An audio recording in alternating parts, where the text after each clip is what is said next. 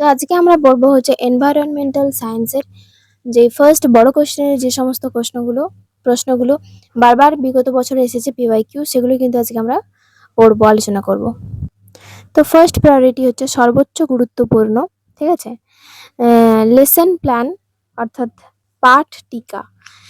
এই এই যে প্রায়োরিটি এ, প্রায়োরিটি বি, প্রায়োরিটি সি, এই যে তিনটে প্রায়োরিটি করে করেছি, এইগুলো কিন্তু অবশ্যই তোমরা দেখবে সর্বোচ্চ গুরুত্বপূর্ণ, তারপরে একটুখানি, তারপর প্রত্যেকটা কোশ্চেনই কিন্তু ইম্পর্টেন্ট, ঠিক আছে। তো তোমরা কিন্তু এগুলো সব পিওয়াইকিউ, ঠিক আছে, পিওয়াইকিউ গুলো প্রত্যেকটা সুন্দরভাবে সেট ওয়াইজ আমরা দিলাম। তোমরা অবশ্যই বলবে তোমাদের কতটা হেল্প হলো, আর প্রত্যেকটা কোশ্চেন ভালো করে পড়ে যাবে। প্রথম তাহলে কোশ্চেন কি, লেসন প্ল্যান অর্থাৎ পাঠ টিকা। রিপিটেড কোয়েশ্চেন্স 2023, 24 এবং 25 তিনবার এসেছে।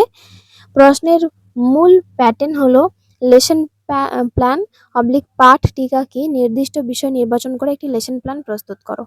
2023-এ যে প্রশ্নটা এসেছিল সেটা হচ্ছে লেসন প্ল্যান কি, আমাদের পরিবেশ থেকে ক্লাস 3 এর একটি বিষয় নিয়ে ম্যাক্রো লেসন প্ল্যান প্রস্তুত করতে বলা হয়েছিল, ঠিক আছে। 2024-এ যে প্রশ্নটা এসেছে সেটা হচ্ছে প্রজেক্ট মেথডের সঙ্গে নির্দিষ্ট পাঠ একক নির্বাচন করে কিভাবে পড়ানো হবে তা লেসন প্ল্যান অবলিক প্রয়োগের মাধ্যমে দেখাতে বলা হয়েছে। আচ্ছা, 2025-এ যে প্রশ্নটা এসেছে সেটা হচ্ছে আলোর প্রতিফলন বিষয়ের জন্য উদ্দেশ্য সহ একটি পাঠ টিকা বা লেসন প্ল্যান প্রস্তুত করতে এবং প্রয়োজনীয় শিক্ষণ পদ্ধতি উল্লেখ করতে বলা হয়েছে। পরের কোশ্চেন হচ্ছে প্রায়োরিটি বি, খুবই গুরুত্বপূর্ণ, প্রজেক্ট মেথড বা প্রকল্প পদ্ধতি।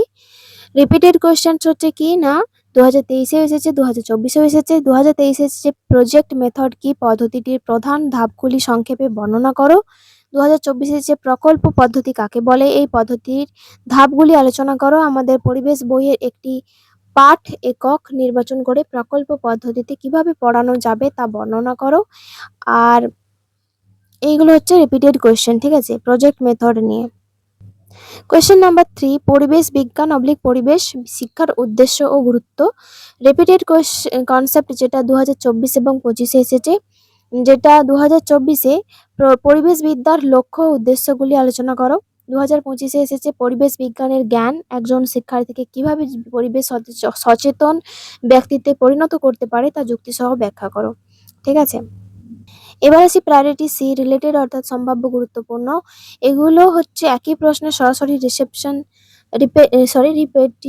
রিপিটিশন নয়, কিন্তু একই technique method oblique EVS pedagogy যোগী এরিয়া বারবার এসেছে, তাই সাজেশন ভিডিওতে এটা আমরা দিলাম যে ডিসকভারি মেথড অবলিক আবিষ্কার পদ্ধতি।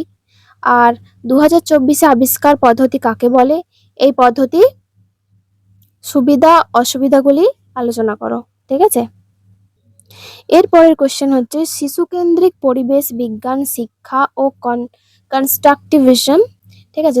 2025-এ যে কোশ্চেনটা এসেছে শিশু কেন্দ্রিক পরিবেশ বিজ্ঞান শিক্ষার ক্ষেত্রে নির্মিতিবাদ কিভাবে একজন শিশুকে সহায়তা করে, এটি বা একটি উদাহরণের সাহায্যে ব্যাখ্যা করো, ঠিক আছে। এটা সরাসরি রিপিটেড নয়, তবে ইভিএস এর অত্যন্ত গুরুত্বপূর্ণ এরিয়া।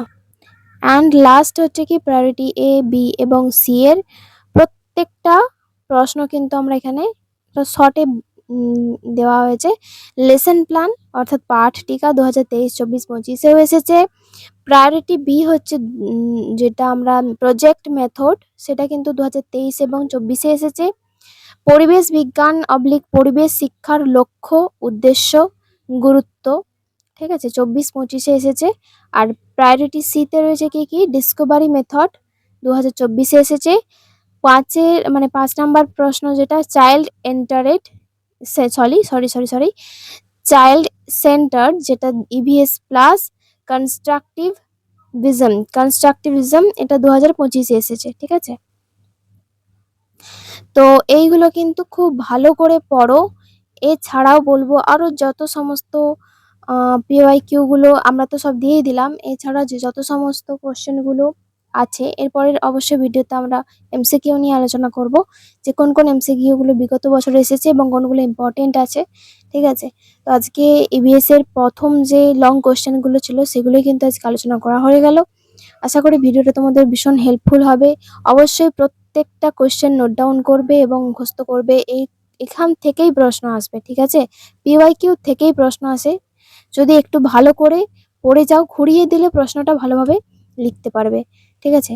আশা করি ভিডিওটা তোমাদের সকলের খুব ভালো লেগেছে। ভিডিওটা ভালো লেগে থাকলে অবশ্যই একটা লাইক করো, চ্যানেলটায় সাবস্ক্রাইব করে রাখো। যারা করনি এখনো তাদেরকে অবশ্যই বলবো সাবস্ক্রাইব করে রাখো। তো আজকে এই পর্যন্তই। দেখা হচ্ছে পরের একটি ভিডিওতে। থ্যাংক ইউ সকলকে।